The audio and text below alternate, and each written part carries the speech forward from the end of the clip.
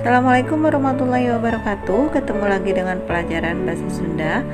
Kali ini akan mempelajari materi tentang kecap rajekan Dwireka. Sebelum kita mulai, mari berdoa dulu dengan membaca Bismillahirrahmanirrahim. Kecap rajekan Dwireka nyaeta kecap rajekan anu disebutkeun dua kali wangun asalna sarta salah sahiji kecap robah sorana.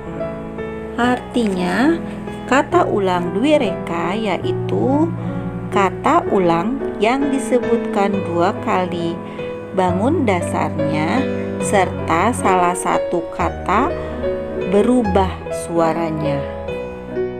Contoh curat-coret, bulak-balik.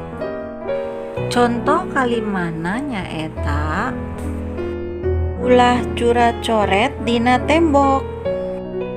Contoh nu kadua nyaeta nu ngumpulkeun buku teh bulak-balik di kelas ka perpustakaan.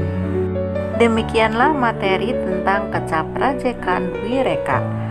Selamat belajar dan tetap semangat. Terima kasih atas perhatiannya. Hatur nuhun.